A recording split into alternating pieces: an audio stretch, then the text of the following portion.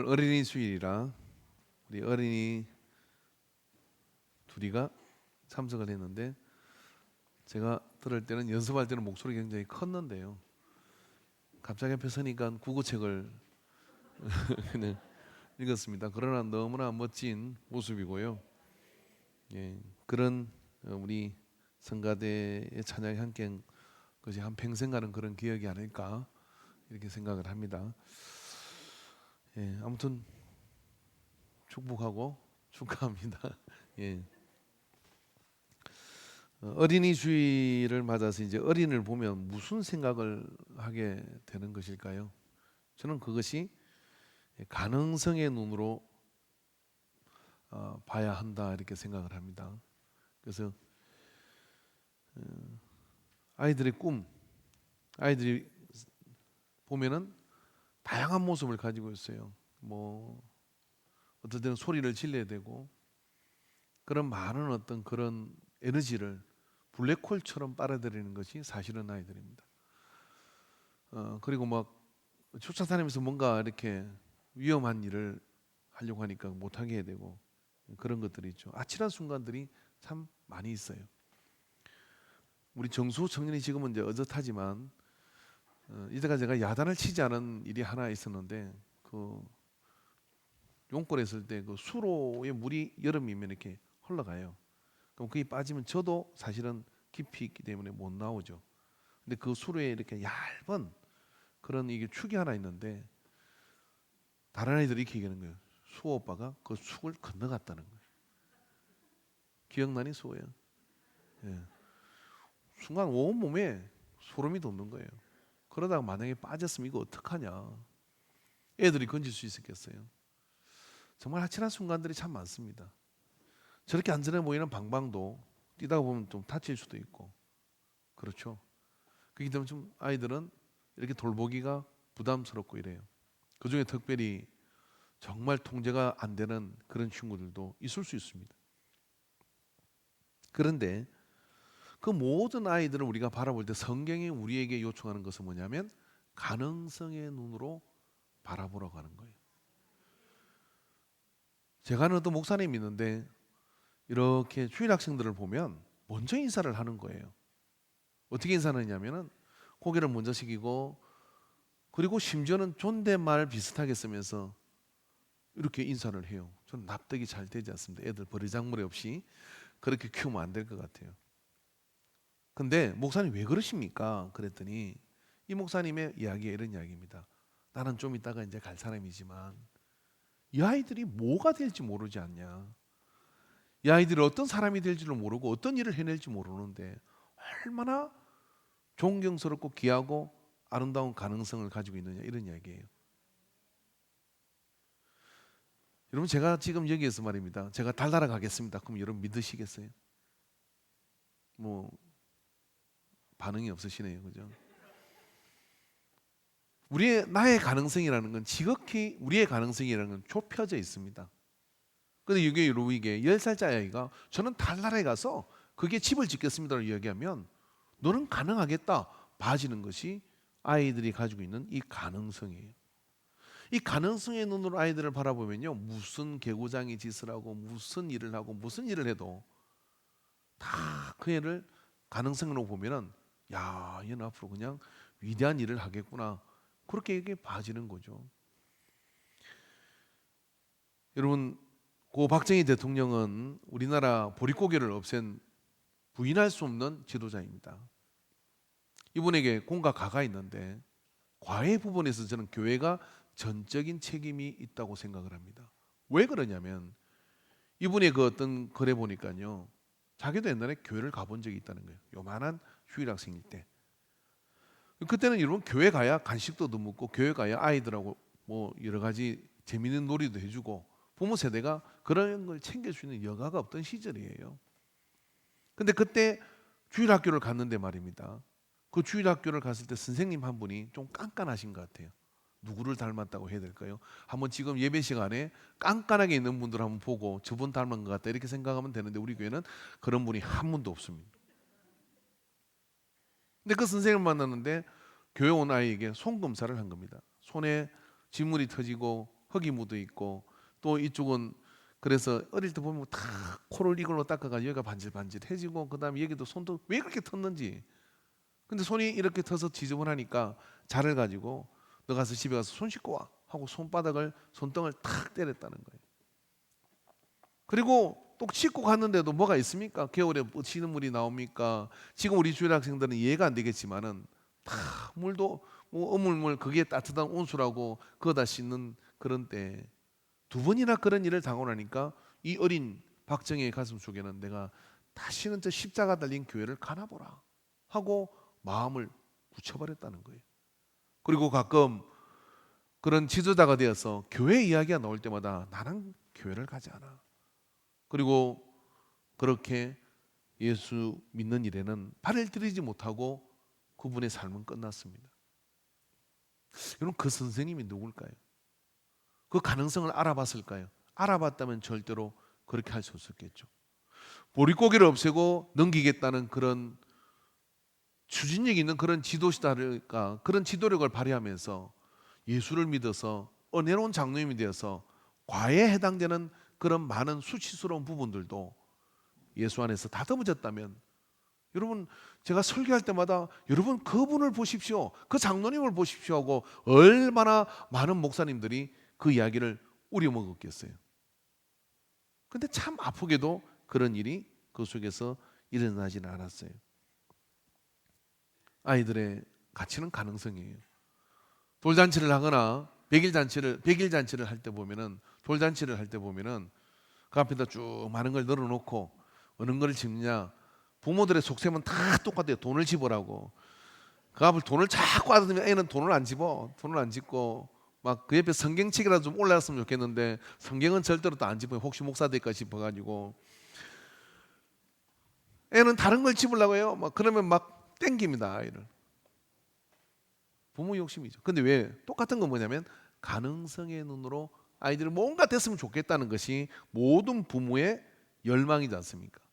그런 열망을 가지고 바라볼 때 무슨 짓을 해도 아이들은 다 이뻐 보입니다. 여러분, 오늘 우리 어린이 주일이 돼가지고요, 어린이 주일이 되면은 똑같은 주제를 가지고 설교를 해야 되는데, 지난주에 저는 목사님들하고 교제할 시간이 있어서 우리 서로 좀 정보 교환 좀 하자. 어린이 주일로 무슨 설교할 거냐? 그랬더니 뭐 똑같아요. 뭐 그죠? 어린아이들 내게 오는 걸 금하지 말라. 뭐 그런데 그 중에 참 아픈 이야기가 어떤 이야기냐면, 우린 주일학교 없는데 이런 교회들이 많아지고 있다는 거죠. 주일학교가 없어서 어린이 주일날 어린이를 대상으로 설교할 그런 일이 없는, 그래서 가정주일 그래가지고 어린이 주일을 더 이상 교회력에 집어넣을 수 없는 교회들도 우리에게는 있다는 거예요. 자, 그렇기 때문에 우리는 감사해야 됩니다. 어린이 2명이 나와서 함께 성가대를 하고요, 아이들이 봉지를 들고서 선물 받겠다고 막 쫓아다니고요, 그런 모습을 보는 것, 그것보다 더 아름다운 것이 어디에 있겠습니까? 그런 우리 교회가 속해 있다는 것은 참으로 놀라운 일이죠. 여러분, 아이들의 미래는 가능성인데 그 가능성의 눈으로 바라보면 모든 걸 다 아름답게 볼 수 있습니다. 어떤 참 멋진 목사님이 계셨는데 이 중학생이 뭡니까? 가출을 밥 먹듯이 하는 거예요. 그래서 부모가 집사님이, 목사님 우리 아이 좀 어떻게 만나주세요. 그래서 만났어요. 그 목사님이 어떻게 했냐면은, 야, 성경에 가출하지 말라고 돼 있잖아. 그렇게 말했겠어요? 예수님도 일찍이 가출을 하셨다. 예루살렘 갔다가 그냥 3일 가출하셨기 때문에 너는 진짜 예수님 닮은 것 같다. 너는 어쩜 그렇게 자립심이 강하냐? 다른 애들은 다 부모 밑에서 어떻게 시켜주는 거 밥 먹고 사는데 너는 스스로 살겠다고 나갔지 않냐? 너 같은 아이는 처음 봤다. 너는 앞으로 대단한 일을 할 것 같다. 애가 처음에 야단맞으러 간 줄 알았더니 목사님이 너무 막 지지를 해주고 꿈을 지지해주고 가능성을 지지해주니까 어떻게 돼? 눈이 점점 커져가지고 그때부터 목사님의 빠가 됐대요. 그래가지고 목사님이 시키는 걸 다 하는 거예요. 그래가지고 참 신실한 일꾼이 됐다는 옛날 이야기가 있습니다. 혹시 여러분의 집 아이가 가출하거든 축복해 주시기 바랍니다. 네가 지금부터 자립을 해서 열심히 한번 살아봐라. 뭐 그런 마음을 가지고 여러분 가능성의 눈으로 바라보는 거죠. 쉽지는 않습니다. 근데 가능성의 눈으로 바라보면 놀라운 일이 일어나죠. 저는 오늘 요셉이라는 이 사람에 대해서 이야기를 하려고 하는데, 이 요셉은 7년의 기근과 7년의 풍년을 통해서 7년의 기근을 구하여 자기 식솔들뿐만 아니라, 여러분 애굽은 곡창지대이고 거기 곡식이 마르면 그 주변은 다 굶어 죽는 거예요. 1년도 아니고 2년도 아니고 3년도 아니고 7년의 기근을 견딜 수 있는 사람이 없어요. 어떤 이유에서인지 기근이 오게 됐는데, 그 기근이 오는 일을 막고 대비하기 위해서 하나님은 요셉을 정하시고 벳단이 머리를 숙이게 하는 꿈을 꾸게 하고, 하나님이 요셉을 정하시고 그를 우여곡절 가운데 애굽의 총리를 세우는 일을 이루십니다. 이것이 요셉이 이루은 놀라운 일이에요. 그러나 여러분, 이 요셉이 그 꿈을 이루기 위해서 그 집안은 어떤 집안이냐? 사실 야곱의 집안을 이렇게 보다 보면 참 심각하게 이럴 데 없는 집이에요. 왜 그러냐면은 여러분, 야곱의 집은요, 엄마가 4명이야. 그래서 엄마를 부를 때는 1, 2, 3로 불러야 될지 어떻게 불러야 될지는 몰라요. 야곱은 원래 라헬이라는 이 아내를 사랑했습니다. 그래서 라헬을 얻기 위해서 7년 동안 열심히 양을 치면서 수고를 했어요. 그래서 이제 드디어 신방을 차리는 날, 그리고 이제 야곱과 라헬이 결혼한다고 그래서 신방이 또 들어갔는데, 그때 조명이 밝지가 않았어요. 어떤 컴컴한데 몰라가지고 자고 일어나 보니까 레아예요. 장인 외삼촌이 참 말을 기가 막힌 말을 합니다. 예? 야, 어떻게 맞이를 두고 둘째를 먼저 보내냐? 이왕일이 된 거 너 라헬을 얻고 싶지. 그러니까 7년 더 수고해라. 그래가 14년 종살이를 하고 이 라헬과 레아를 얻어가지고 이제 그렇게 결혼을 했는데, 이 레아와 라헬과 질투가 장난이 아니에요. 그래가지고 레아가 르벤, 시몬, 레위, 유다를 낳으니까 어쩐지 하나님께서는 라헬의 태를 닫으시고 라헬이 질세라 자기의 여종 비라를 야곱에게 보내가지고 단 납달리를 또 낳습니다. 이 족보가 꼬이도 보통 꼬이는 게 아니에요. 그리고 낳았더니 레아가 다시 나도 여종이 있는데 실바를 보내가지고 애를 낳아요. 갓, 아셀을 낳아요.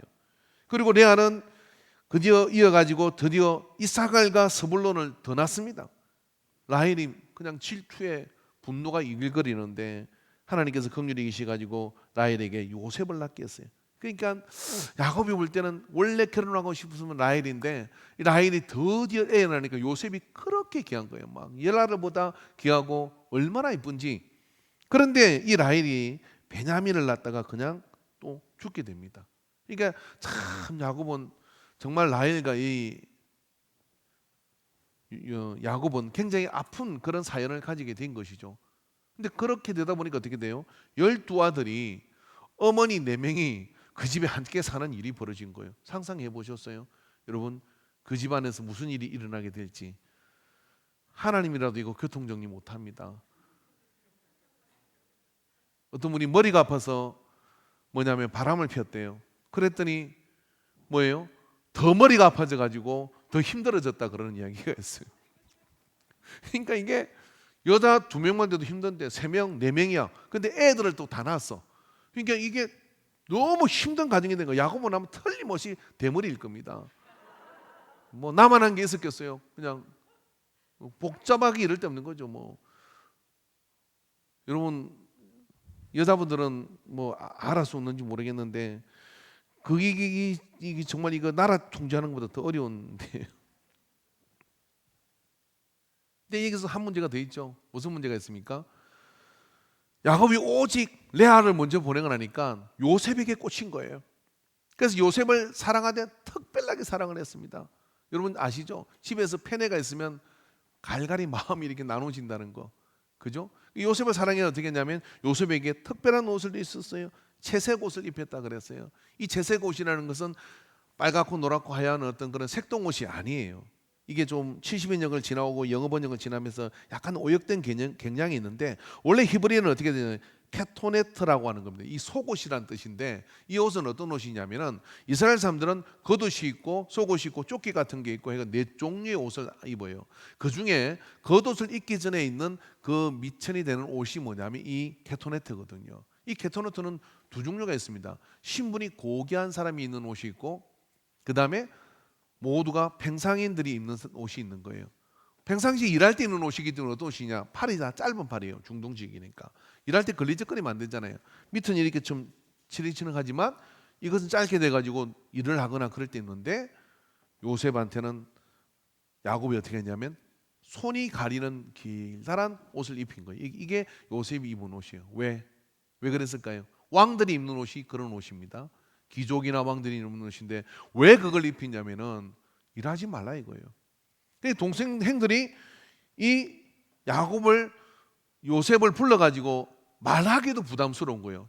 딱 봐도 어디 가도 얘는 기공자처럼 말입니다. 손이 쭉 가려가지고 그런 옷을 입고 있는 거죠. 여러분 왕들이 왜 긴 옷을 입고 다니는 줄 아나요? 손으로 일할 거를 만들지 않아요. 심지어는 화장실 갔다가 뒤 보는 일도 자기 손으로 안 닦았다는 거 아니에요. 그러니까 얼마나 자기 손으로 하는 일이 없는 상태로 된 것처럼 이 히브리인들도 왕이 되는 왕족이나 이런 친구들한테는 그런 케토네토를 입혔는데 이걸 지금 야곱이 요셉에게 입혔다. 그러니까 눈에서 불이 나는 거예요. 한 가지 좋은 것은 뭐냐면은 어머니 4명의 각기 자녀가 다른데 요셉 하나가 악의 축이 되니까요 11 아들이 마음이 똘똘 뭉칩니다. 저놈의 요셉 언젠가 좀 손 좀 봐줘야 되겠다. 그렇게 다 마음이 뭉친 것이죠. 자, 이런 집에서 무슨 시대를 구할 꿈을 꿀 아이가 나올 수 있겠습니까? 제일 나쁜 게 폐뇌인데 우리가 가정에서 자녀를 키울 때도 폐뇌하지 말아야 되거든요. 근데 폐뇌가 이 안에서 드러나고 벌어졌어요. 저는 근사님들하고 이야기하다 보면은요 이런 아픈 이야기를 할 때가 있습니다. 우리 엄마가 우리 아버지가 오빠 공부시킨다고 나는 학교를 못 가게 했어요. 계속 이야기하면 우리 근사님들 울릴 수 있습니다. 제가 그래가지고 큰 그렇게 공장에서 일해가지고 돈 보태줬더니 엄마는 낼래는 아들한테 다 갖다 공부를 했는데 이 아들은 대학 가가지고 술 먹고 돌아다니고 게임티 간다 그러고 뭐 데모한다 쫓아다니고 그래가지고 문득 돌아와서 보니까 자기 나이가 50이 넘고 60이 넘는데 자기는 한 게 없어요. 그러면 그렇게 해서 잘 된 오빠가 도와줬냐?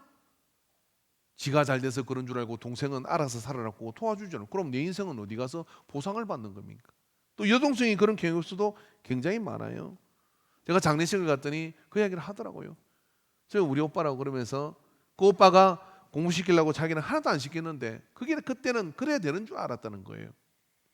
그렇게 해서 된 이 폐뇌가 얼마나 많은 아픔을 그렇게 남기는지 몰라요. 그러니까 요셉은 이 가정의 갈등의 근원지입니다. 근데 어느 날 요셉이 꿈을 꿨다고 이야기를 해요. 무슨 꿈을 꾸냐니까 11뱃단이 자기를 향해서 머리를 숙이더라고 꿈을 꿨어요.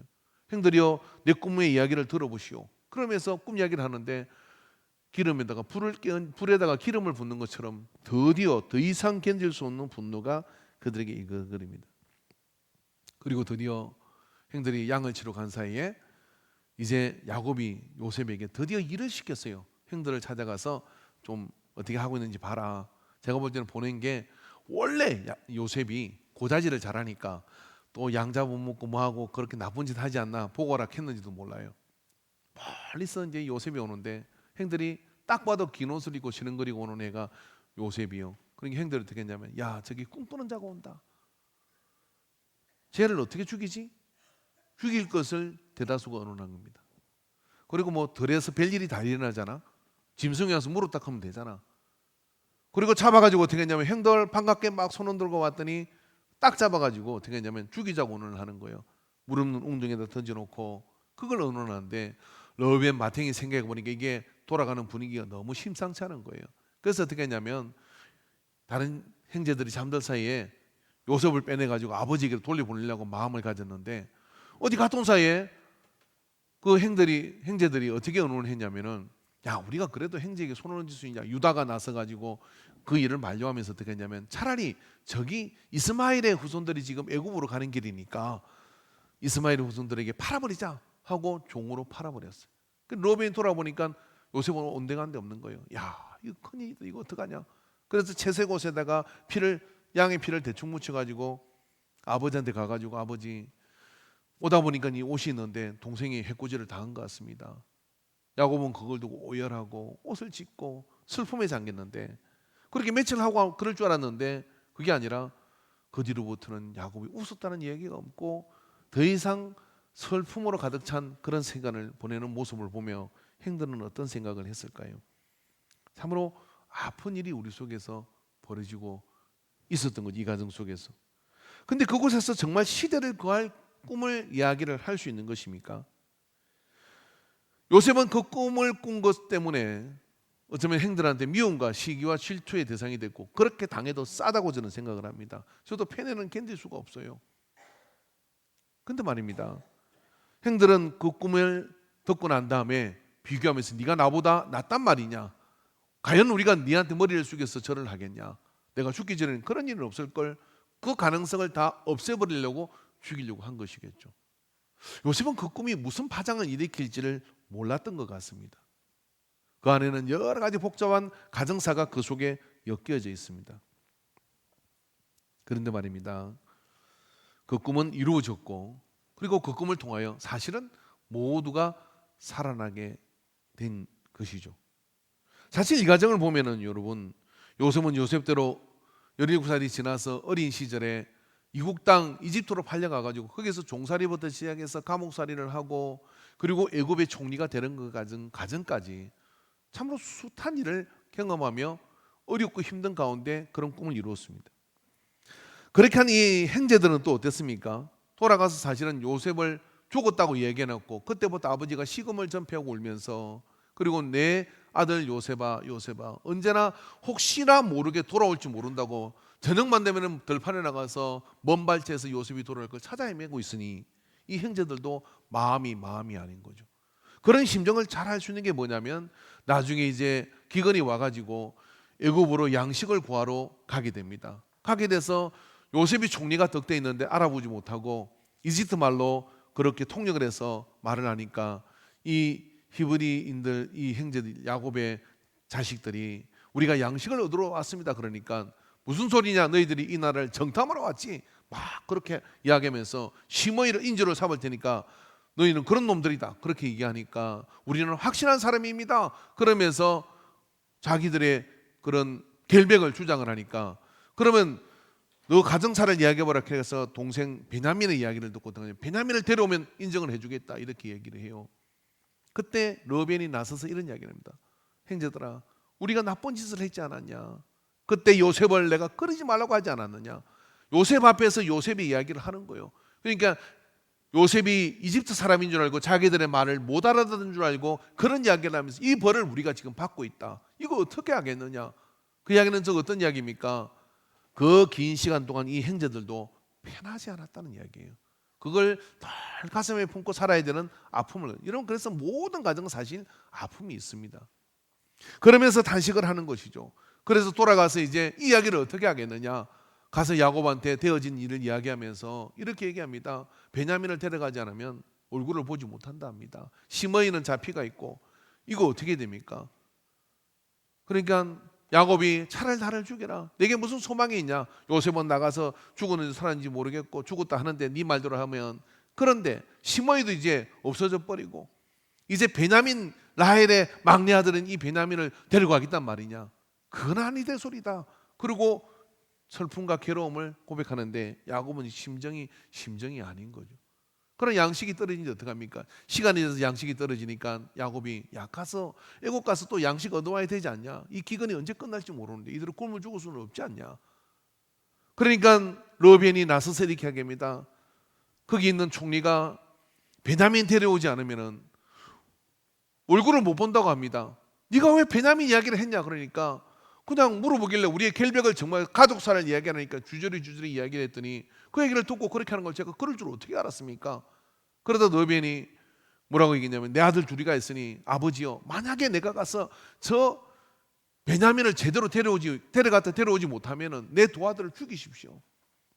내가 이게 꼭 그렇게 하겠다는 의지로 보이겠습니다라고 이야기해요. 야곱이 그 얘기를 듣고 그냥 양식을 오게 된 거예요. 그럼 베냐민 데려가라 하고 떠나가는데 야곱은 먼 발치에서 베냐민을 보며 채도 못 돌아오면 어떻게 하고 눈이 보이지 않을 때까지 짓무르도록 아마 눈물로 배웅을 했을 거예요. 같이 갔던 이 열 아들은 또 어떻게 가겠습니까? 필승의 각오를 가지고 정말 그런 마음을 가지고 베냐민 데리고 갔죠. 그랬더니 요셉이 이제 다 그렇게 지내려고 결백을 인정한 듯 하면서 자기 집으로 모아놓고 안치기를 이 나의 순으로 이렇게 잘 서열을 잘 해서 앉히는 거예요. 좀 이상하다 생각은 했어요. 그러는데 한 대를 하더니 너희들의 결병을 알아주겠다. 그렇게 얘기하면서 이제 보따리를 싸가지고 딱 줬는데 종한테 시키기를 뭐라고 시키냐면은 내가 쓰는 그릇 하나를 베냐민의 자루에다 집어넣어라. 그래가지고 보낸 거예요. 그래 하다가 중간에 보니까 이제 갑자기 종이 쫓아와가지고 이렇게 얘기하는 거죠. 제가 이런 이야기를 하는 것은 여러분 성경을 워낙 안 읽어서 제가 이야기를 하게 생겼습니다. 졸지 말고 들으세요. 그게 어디에 나오느냐면 창세기 37장에 쭉 37장 이 점에서 나오는 이야기들이에요. 그래서 가서 어떻게 너희가 선의를 악의로 갚냐? 그러면서 다짜고짜 주인의 점치는 그릇이 없어졌다.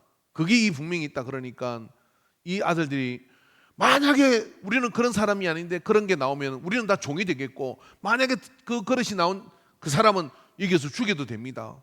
라고 그렇게 결벽을 이야기했습니다. 그럼 자로 뜯어봐라 하고 딱 뜯어보니까 그게 공교롭게도 베냐민의 그릇에서 나온 거예요. 정말 로벤이나 유다나 이 다른 아들들은 차라리 내 자루에서 나와야지 베냐민 이거 어떡하느냐 이거 베냐민 아버지한테 그렇게 약속을 하고 왔는데 로벤 아들 둘이가 이제 죽게 생긴 거잖아요.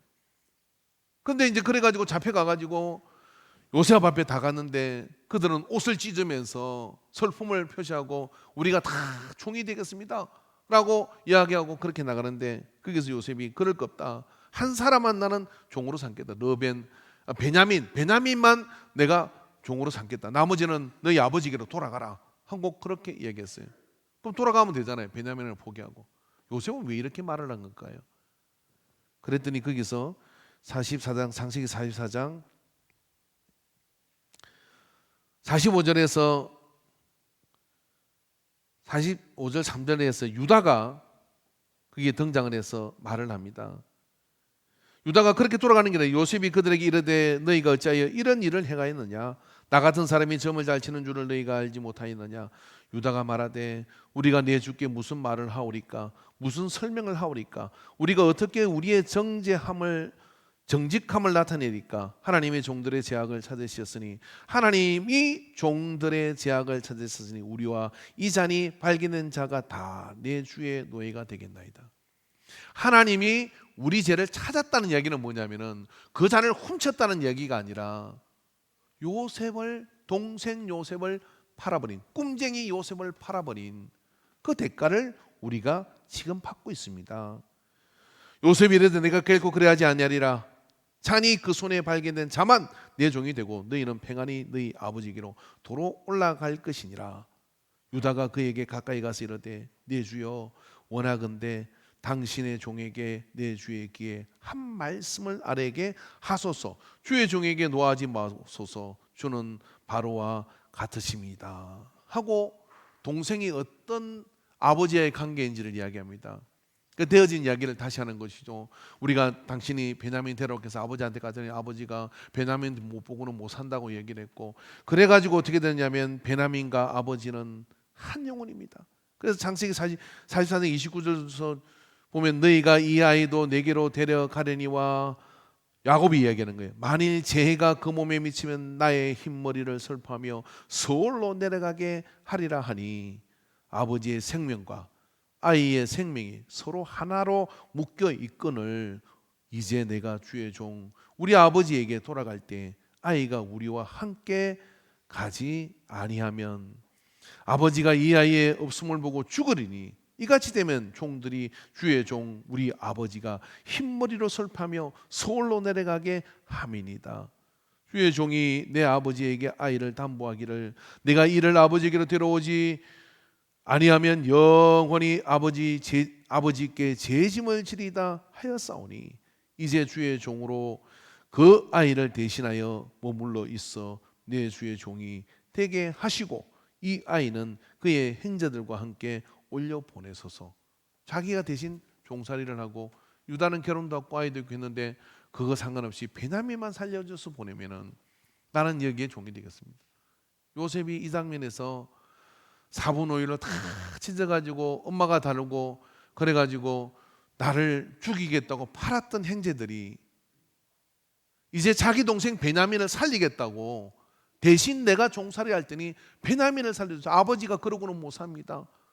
그렇게 말하는 모습을 보면서 요셉은 우리가 나한테 그런 일이 있었지만은 이 형제들이 그런 사람들이 아니라 우리가 한 가족이고 한 팀이라는 것을 알고자 했고 거기서 발견을 하고 깨닫게 됩니다. 그래서 그 아이가 나와 함께 가지 않으면 내 아버지에게 미침이 보리이다. 요셉이 시종하는 자들 앞에서 그 정을 억제하지 못하여 소리질러 모든 사람을 자기에게서 물러가라 하고 형제들에게 자기를 알렸다는 거예요.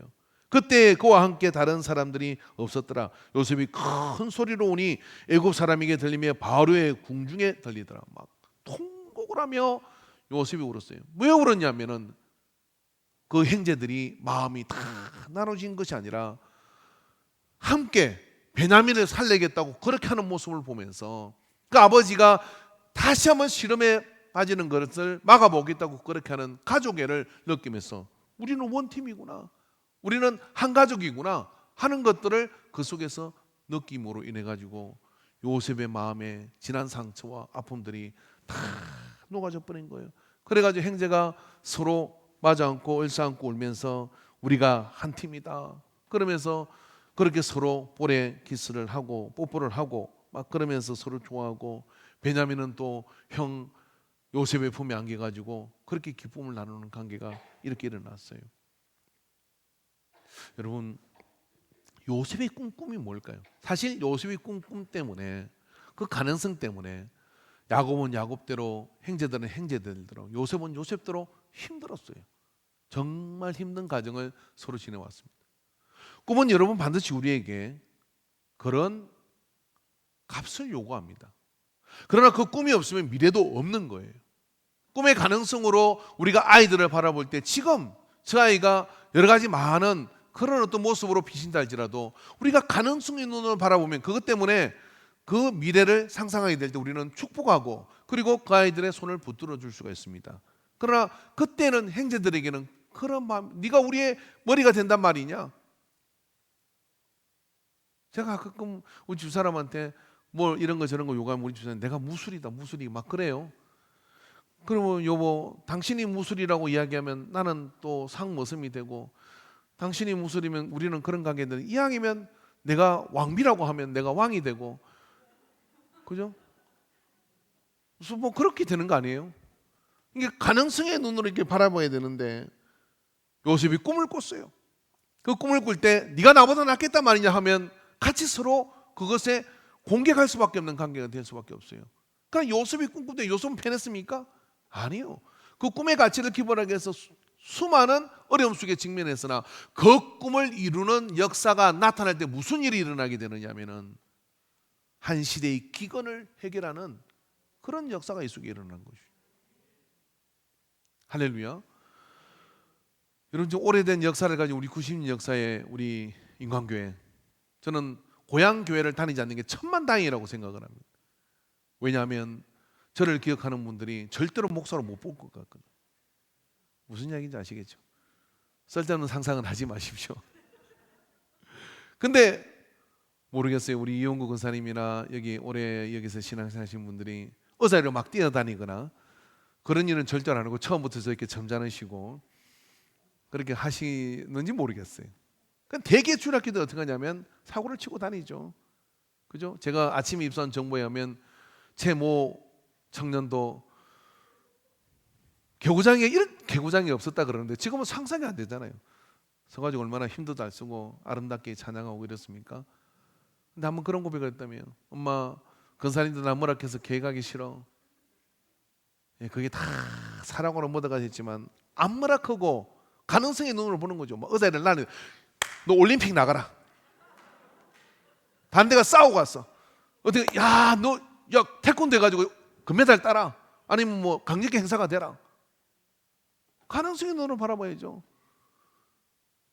제가 이제 교제하는 목사님 가운데 안산의 김모 스포츠 교인 가는 그 아들이 그렇게 일을 먹이는 아들이 목사 아들인데 전화가 왔더래요. 전화가 와서 우리 또 나갔다고 그러길래 그러냐 그러고 자기 교회 근사님 아들이 있는데 안산에서 학생들 세계에서는 일진이래. 걔한테 전화를 해가지고 야 누구 그 집 나갔단다 야. 그러니까 30분 만에 찾아왔더래. 그러면서 야, 너 진짜 대단하다. 청보리기 진짜 대단하다. 30분 만에 걔 어디 있는지 찾아왔더래요. 찾아와가지고 딱 데리고 온 거예요. 그러니까 참 덕봤다고 그렇게 얘기하더라고요. 가능성의 눈으로 보시기 바랍니다. 그래서 가능성의 눈으로 보면 그 꿈이 뭐냐면 우리를 위한 꿈이야. 여러분, 하나님께서는 요셉에게 피곤한 짐을 맡겼었어요. 그 피곤한 짐을 요셉이 지고, 그리고 그 가정이 다 치료할 때가 어떻게 되느냐면은 한 시대가 함께 사는 역사가 나타나죠. 보세요. 요셉이 애굽의 총리가 되니까 그 형제들이 양식 떨어질 때 돌아갔더니 양식이 문제냐, 고센 땅을 너희가 가지고 거기서 살아라. 그리고 모든 혜택을 주면서 그들이 애굽에 사는 동안에, 그 애굽에 사는 동안에 뭡니까? 무슨 일이 벌어집니까? 그곳에서 인구가 부족해서 말입니다. 가정 12아들 가정에서 한 나라가 될 만한 민족으로 성장을 해요. 나중에 애굽인들보다 사람이 더 많아지니까 걱정을 해야 될 상황 속으로 일어나게 된 것이죠. 그래서 꿈을 축복하는 자에게는요, 우리가 여러분 살아갈 때 아이들의 꿈을 무슨 얘기라도, 야, 헛된 꿈 꾸지 말고 가서 공부나 해, 이런 이야기는 저주예요. 이게 막 이상한 꿈을 막 이야기해요. 그리고 꿈을 가면 거기서 어떻게 하면 얘를 가능성을 가지고 칭찬해 줄까를 먼저 고민을 하는 거예요. 그 다음에 내 꿈을 주입하려고 하지 말고 이 아이가 어떤 꿈을 가지고 갈지에 대해서, 하나님이 꿈을 주시는 거니까 그 꿈을 축복하고 그 꿈의 가능성을 가지고 그리고 무엇을 도와줄 수 있을까 하는 걸 생각하고 교회가 그렇게 나갈 때 그 속에서 교회의 미래는 점점 밝아지는 걸 좀 믿습니다. 하면 우리 주일 학생들하고 여러분 사탕 주면서 뭐 주면서 손을 붙들고 이런 이야기를 해보셨어요? 뭐라고 이야기합니까? 너는 뭐가 되고 싶니? 그러면요, 많은 아이들이 뭐가 되고 싶다가 없는 아이들도 있어요. 너무 좋잖아요. 빈 도화지잖아요. 야, 너 보니까냐, 너는 머리가 큰 게 공부를 잘할 것 같아. 머리 크고 공부 잘하는 건 별 상관이 없습니다. 그냥 그렇다는 이야기예요. 그러니까 어떻게 하냐면, 너는 야, 세계적인 그런 뭔가를 발명해가지고 식량 문제를 해결해라. 그리고 공해 문제를 해결해라. 그럼 막 남발을 하는 거예요, 170%를. 여러분, 그 아이가 그걸 가슴에 품으면 어떻게 되느냐면, 그것 때문에 여러분 미래가 완전히 달라지는 것이죠. 세계적인 골프 선수였던 섬소년, 그분 이름은 잘 기억 못하지만 여러분은 아시겠지만은 그 섬소년 선생님이 섬에 무슨 골프장이 있어요. 그 없던 시절에. 근데 야, 너는 이 넓은 바다를 봐라. 여기서 골프를 연습하면 너는 골프 선수가 되겠다. 골프 뭔지도 모르는데 선생님이 책을 하나 줬어. 골프 책을. 그러니까 몽둥이 하나 깎아가지고 바닷가에 앉아가지고 돌 갖다 놨고 골프 연습을 한 거예요. 그러다가 전 세계 선수가 나가고 한국에서 인정해 주는 그런 골프 선수로 뒀다는 거예요. 옆에 사람에게 꿈을 남발하는 데는 세금이 없다, 시장. 다른 사람의 꿈을, 특별히 아이들의 꿈을 축복하지 않은 사람은 미래에 대한 희망을 전혀 가지지 않은 사람들이에요. 아이들에 대한 꿈은 요즘은 그냥 꿈꾼 이야기를 했을 뿐이에요. 네가 지금 그걸 뭘로 하겠냐? 라고 그렇게 말하면 어떻게 되느냐면 그 꿈은 점점 쫄아들어가지고 어떤 사람이 얘기한 것처럼 어른이 된다는 것은 꿈을 버리는 가정이다, 이 슬픈 이야기를 받아들이라는 이야기입니까? 그게 아니라 아이들의 꿈을 북돋기 시작하고 아이들의 꿈을 지지하기 시작하면 그 혜택이 누구에게 오느냐면 노인연금, 국민연금, 그 혜택으로 우리에게 오는 거예요. 해야 뭐 네가 뭐 할 수 있어 막 그렇게 하면서, 야, 그래서 공부나 해요. 지금 공부해가 되는 세상이 아니에요, 지금은요. 그러니까 그런 아이들의 꿈을 여러분이 그 교회가 그런 꿈을 지지하지 않는다 그러면, 여러분, 우리가 교회가 재정을 집행할 때 어디다가 제일 돈을 많이 써야 되겠습니까? 장년부? 죄송한 얘기지만 여러분, 장년부가 헌금의 기회도 많고 참여도 많고 일도 많이 하니까 그런 재정 집행의 주된 대상이 되어야 된다고 생각을 해요. 근데 그런 교회는 미래가 없어요. 다 좀 있으면 요단강 건너갈 거니까, 적어도 100년 후에는. 근데 금사라기 같은 아이들이에요. 이 아이들을 정확하게 표적으로 삼아가지고 그 아이들을 위해서 하지 않으면 지금 절박한 상황이 어떤 상황이냐? 여러분, 지금 초등학생들이 어른이 될 때 우리나라는 여러분 보고마율이 4%로 떨어집니다. 이대로 가면. 그게 무슨 이야기인지 아세요, 여러분? 4%면요 마음대로 놓고 찬양도 못하는 세절이 돼요. 지금 복음율이 19%, 20%, 24%잖아요. 이게 얼마나 이런 많은 혜택을 누리는 줄 몰라요. 근데 지금 아이들의 연령대를 조사해 보니까 교회에 나오는 아이들이 지금 아이들에 비해서 4%밖에 되지 않는다. 4%면 어떻게 되느냐면 이제 우리가 선교사를 파송받아야 될 그런 나라가 된다는 이야기가 이 절박한 상황이에요. 그럼 모든 총력을 기울여 가지고 뭘 해야 되느냐면은 아이들에게 쏟아부어야 돼요. 융단 폭격을 하듯이 쏟아부어서 그 아이들이 믿음으로 서가는 가정을 위해서 모든 것을 그 앞으로 모아가야 된다 이거예요.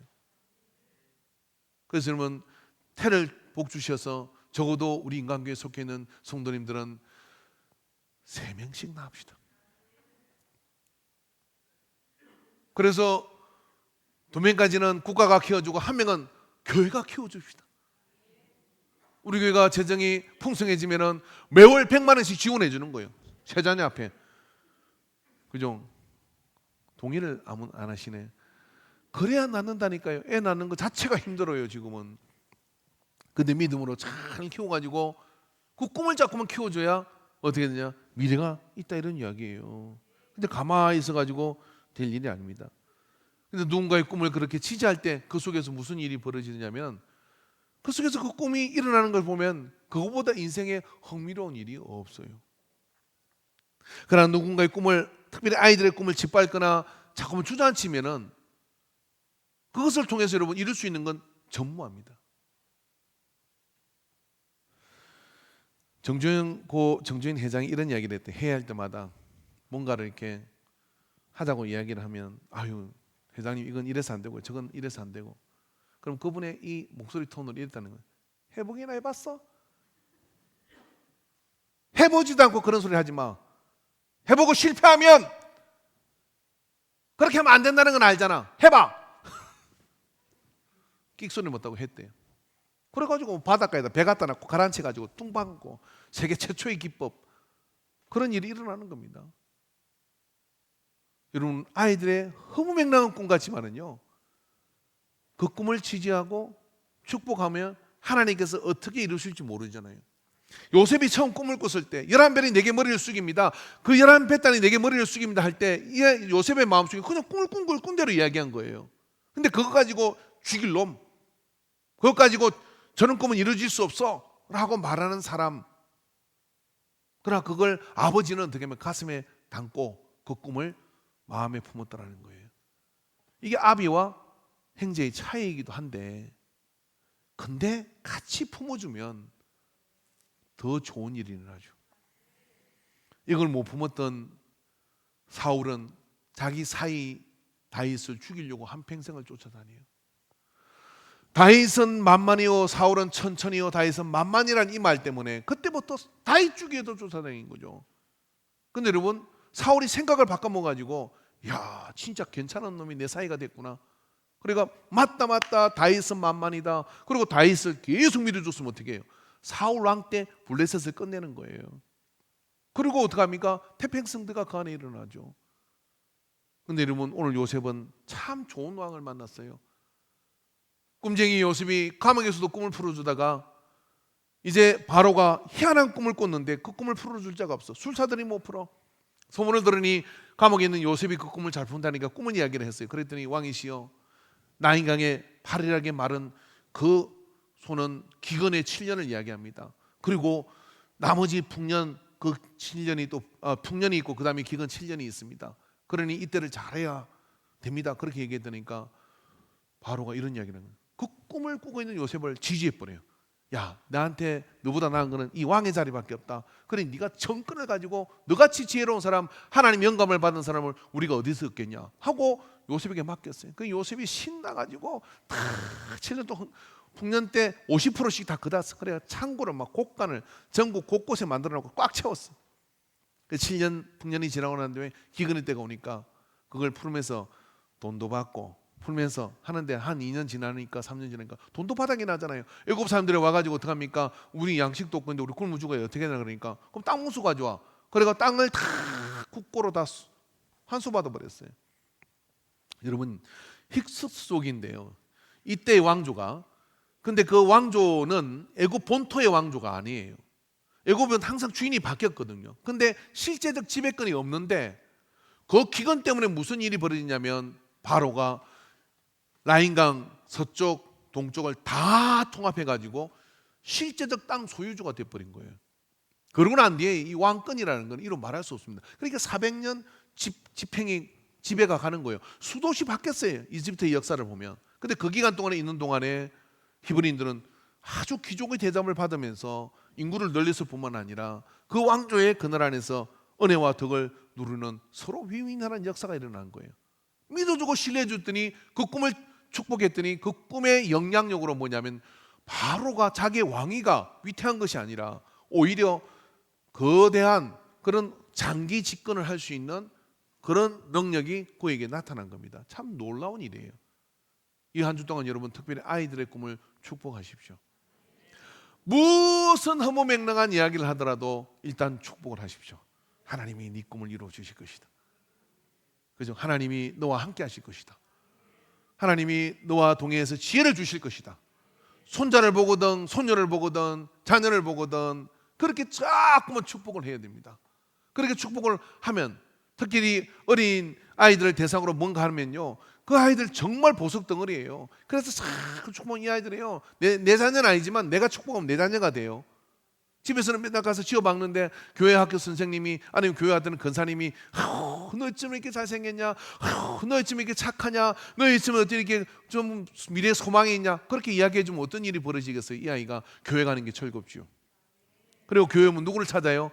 자기 꿈을 축복해주는 사람을 찾아다니는 거예요. 근사님 안녕하세요, 집사님 안녕하세요 그러면서 올 때마다 안아주고 이래주면 나중에 다 이게 이제 호진이처럼 이렇게 하면 다 이렇게 호진이 같은 청년이 호진이 같은 이 청년이 또 이 교회 주일학교 몇 명이 있었겠어요? 20명도 넘었을걸요. 그 중에 반타작만 해가 10명만 있어도 남성교회가 힘든 일이 없어.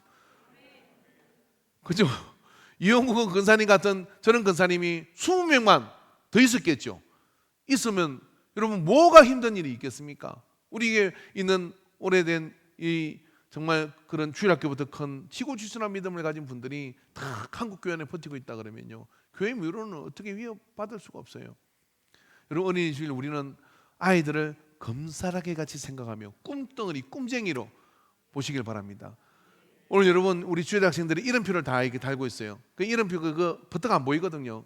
제가 하나 가르쳐 드릴게요. 저는 이렇게 합니다. 어떻게 하느냐면은 여자아이가 그냥 아이고 마리아네 하고 불러주세요. 그럼 저는 너 뭐 주아예요. 그러면 아니야 내가 볼 때는 마리아야. 그러면서 마리아의 복을 축복해 주시고 무심해가 있거든. 어떻게 하냐면 아이고 요셉아 하고 불러주세요. 그럼 내 이름은 뭐라고 하진이라고 이야기하거든. 아니 내가 볼 때는 넌 요셉이야. 그래서는 한때 이 기근을 구하는 아이가 될 거예요. 하고 막 그렇게 그리고 사탕 하나 지어주고 그렇게 축복해 주면 나중에 혹시 알아요? 그 아이가 어른이 돼가지고 근사님 그때 저보고 요셉이라고 불렀는데 저는 요셉의 믿음을 가지고요 이제 국방부 장관이 됐습니다. 아니면 뭐 뭡니까 뭐 좋은 거 뭐 있나? 아무튼 그런 거 됐다고 돌아오면 밥이라도 한번 살 거 아니에요. 근데 지어받고 말입니다. 야 네가 뭐가 되겠냐 그러고 막 그러면 어떻게 되겠어요? 사라지는 거 희망이 사라집니다. 저도 잘한 건 없지만 아무튼 할렐루야. 할렐루야. 군생활을 하는데 종교활동 시간이 있어요. 그러면 이제 저는 교회 생활 해봤으니까 짬밥이 있으니까 나보고 예배인들 하는데 안 하죠. 왜냐면 뭐 순수한 애들이 해라. 나는 모태 신앙이야. 근데 한번 이렇게 예배인도를 했어요. 배 출동 기간에. 그랬더니 선배가 딱 이러는 거예요. 야 네가 인도하는데 네가 목사님 같더라. 그때부터 어이 최 목사 이렇게 불러요. 아니라고. 그럼 회식에 술 못 먹잖아. 아니라고. 욕 못 하잖아. 그 자꾸만 최 목사 불러. 그 선배가 제대하는데 최 목사 잘 가. 그러고 제대하고 갔어요. 가능성의 눈으로 보니까요 목사의 행동을 하기 시작해요. 목사의 행동을 하더니 어느 날 목사가 됐다 이런 이야기예요. 이야기가 길어서 죄송합니다. 긴 이야기를 들어주셔서 감사합니다. 결론은 여러분, 애라고 생긴 애들 보거들랑 막 가가 담배를 피고 있거나 아니면 걔가 막 춤을 탁 받고 있거나 일단 가능성의 눈으로 보십시오. 길 가다 보면 희한한 일이 많이 있잖아요. 여자애들이 모여가지고 춤을 누가 멀리 봤나 시합을 하고 있어. 기가 막혀요. 근데 아이고 저것들 다 저거 그런 게 아니라 가능성의 눈으로 보세요. 가능성의 눈으로. 야, 길거리에서 그렇게 춤 배는 거 대단하다 야. 그렇게 해야 말이 통해. 가능성의 눈으로 보시기를 바랍니다. 실눈 감고 할렐루야. 가능성의 눈으로 보셔서 이제 우리 주일 학생들 이제 다 있을 건데 가능성의 눈으로 보고 제가 몰래 카메라를 장치를 해놨거든요. 로비에 한번 다 볼 참인데 이게 가능성의 눈으로 축복해주는 그 모습들이 많이 당기게 되기를 주의 이름으로 축원합니다. 기도합시다. 주님, 어린이 주일 우리는 반성문을 씁니다. 우리에게 아이들이 많이 없음을 송구스럽고 죄송한 마음으로 쓰고 이 귀한 아이들을 더 많이 품지 못한 것을 회개합니다. 주여, 우리에게 주어진 귀한 어린 생명들을 전략적으로 온 힘을 다해서 전심으로 사랑하게 하여 주시옵소서. 그래야 아버지 하나님, 다음 세대를 책임지고 나갈 걸출한 인물들이 될 것을 기억하고 단 하나여도 세상에 빼앗기는 일이 없도록 우리에게 주의력을 허락하여 주시옵시고 우리에게 집중력을 허락하여 주시옵시고 또 그런 사명을 감당하는 귀한 가정가정들에게 하늘의 은총이 가득히 채워지게 하시고 힘 주시고 능력 주시고 물질 주시고 잘 양육할 수 있는 보금자리를 허락하여 주옵소서. 예수님의 이름으로 기도합니다. 아멘.